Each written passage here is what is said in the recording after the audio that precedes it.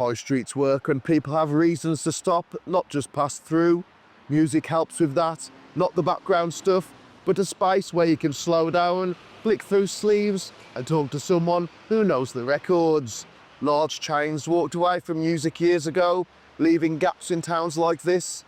Independents have started filling them, betting that curation beats an algorithm. John Ellis has spent months shaping this new space into a spot people might return to, not just dip into once. The thing with the record shop is it's a destination store. It's somewhere that people will travel from far and wide to go and see.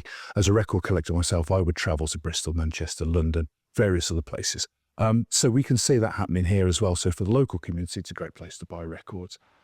Streaming wins on speed. It doesn't always win on discovery. A good record shop can change that. Someone walks in with a rough idea, leaves with something they didn't expect. That keeps money on the high street instead of drifting online. John knows how this music fits into people's routines.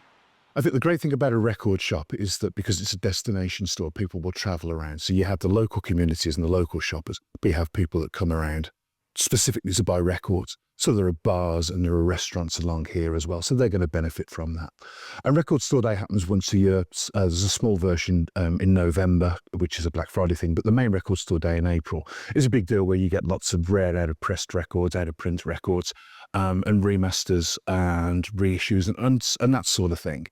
Well, that brings a lot of record collectors here. So having more people on the high street at the time, it's going to encourage people to eat, drink, shop at jewellers, or with various shops around the high street. And I think that will benefit the community. It's a gamble, of course. Big retailers left music for a reason. Streaming dominates, costs are high, and a small shop has to graft just to stay level. Some argue a niche store is risky in a place like this. Others say without independence, the high street sinks into chains and empty fronts. This shop sits between those views. It must stay solvent, treat any staff fairly, and avoid turning into a private hobby in a prime spot.